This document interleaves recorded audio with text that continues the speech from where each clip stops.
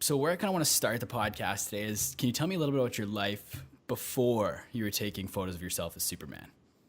Before that, I grew up in Los Angeles. I'm pretty much born and raised in Torrance, California.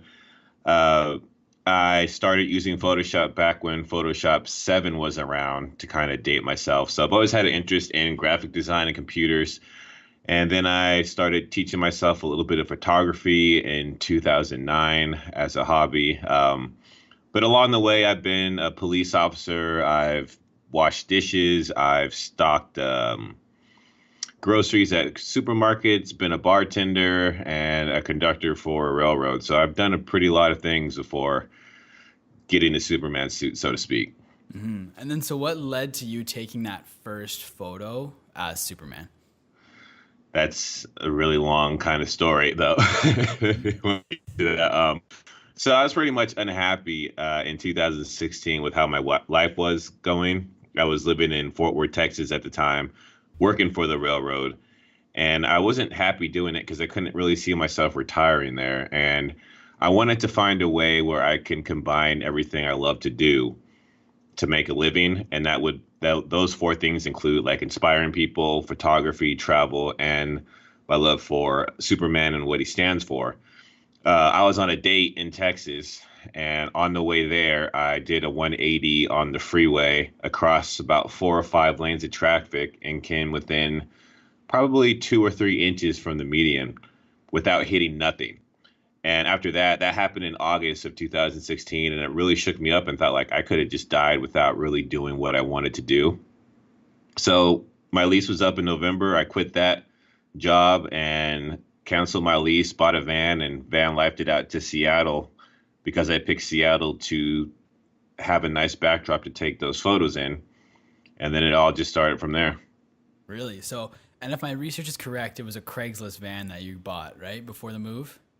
Yeah, well, actually, I found it on OfferUp, but same difference. Yeah, I literally bought a van probably 3 days, 3 or 4 days before I moved because it was the cheapest one I could find. It was like $800.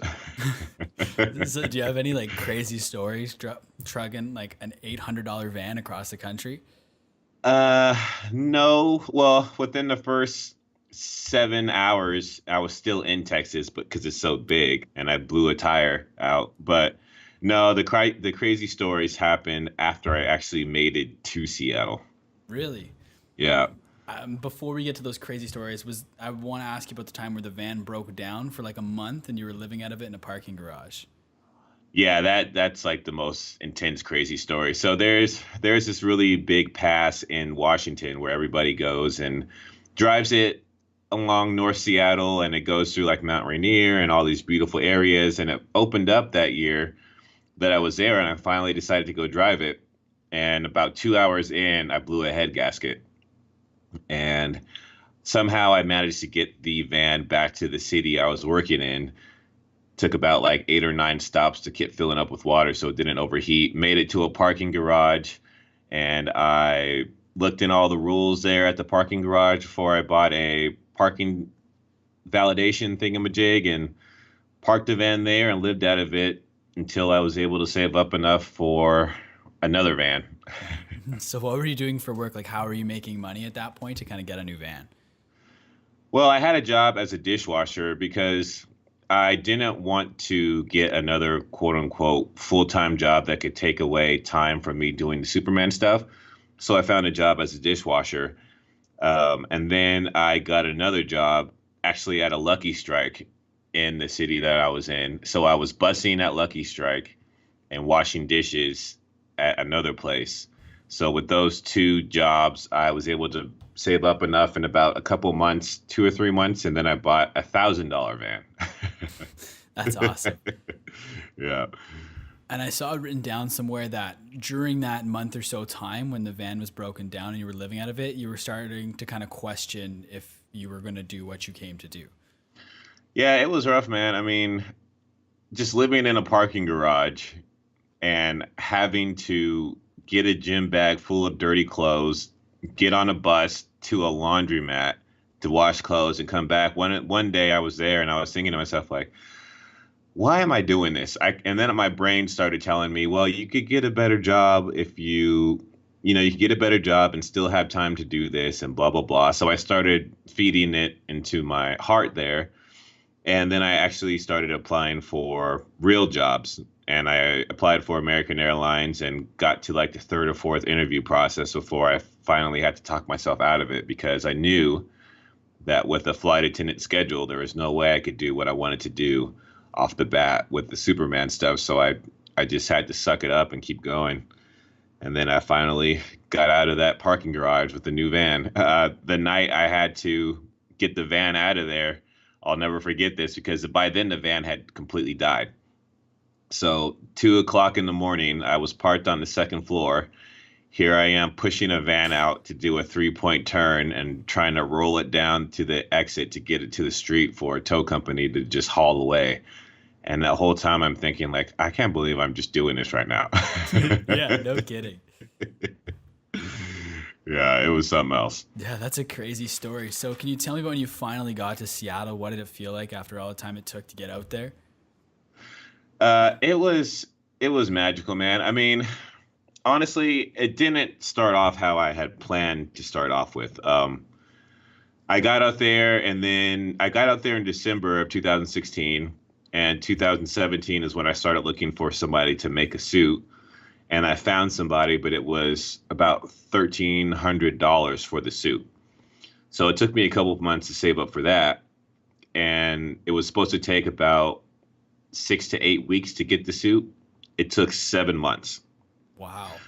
Yeah. So the first 7 months I spent in Seattle did not start off how I wanted it to. I was stuck in a parking garage for a majority of that time. I missed the whole summer working 2 jobs. I didn't have the suit. So all the exploring and everything I did in the beginning, I mean, something good did come out of that, honestly. I didn't want to waste. Here is my mind thought. So I thought I should at least go explore and take pictures so when I do get the suit, I can come back to those places instead of just waiting to explore with the suit. So I went out and started taking photos, and I had this vest that I had made with a Killers logo that I had made in Adobe Illustrator, and I had it embroidered on the vest. So I was taking pictures in that vest that has to do with like a Killer song. Well, one of the band members in the Killers saw that vest actually, and I was in a Barnes and Noble one night, and I get a phone call from their band manager, and he's like, "Hey, I work with the Killers. They saw your photos, and they want to know if you could, they could buy that jacket and sell it in their online store, and if you could make some logos and stuff or shirt designs for them." And my first thing was, man, you're kidding me, right? Like this is not funny if you're joking. And the Killers are my favorite band. Like I won a contest with them as their number one fan like 10 years ago. I've seen them, I don't even know how many amount of times. So for that to happen was a pretty big blessing for me because I was starting to lose hope in my why am I out here? I got to wait all this time for my suit. My van's breaking down.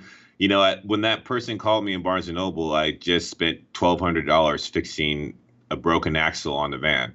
So I was pretty much in Barnes and Noble just sulking and thinking like, what am I doing? And then literally I get a call from that band manager, and it's just like, okay, well, I guess everything really does happen for a reason. That's crazy. So, did you get like to meet the guys in the band and stuff once you kind of worked that deal out with them? I did not. I did meet them before though when I won that contest, but Yeah. pretty much. So now even if you go on the Killer site now, that vest is up there and another T-shirt design that I designed for them. So that's pretty cool. Yeah, that's pretty sweet. And then so you talk about how once you got the suit, you could finally go out there what you wanted to do. Like, what was kind of the overall mission or goal that you had in mind when you set out to Seattle?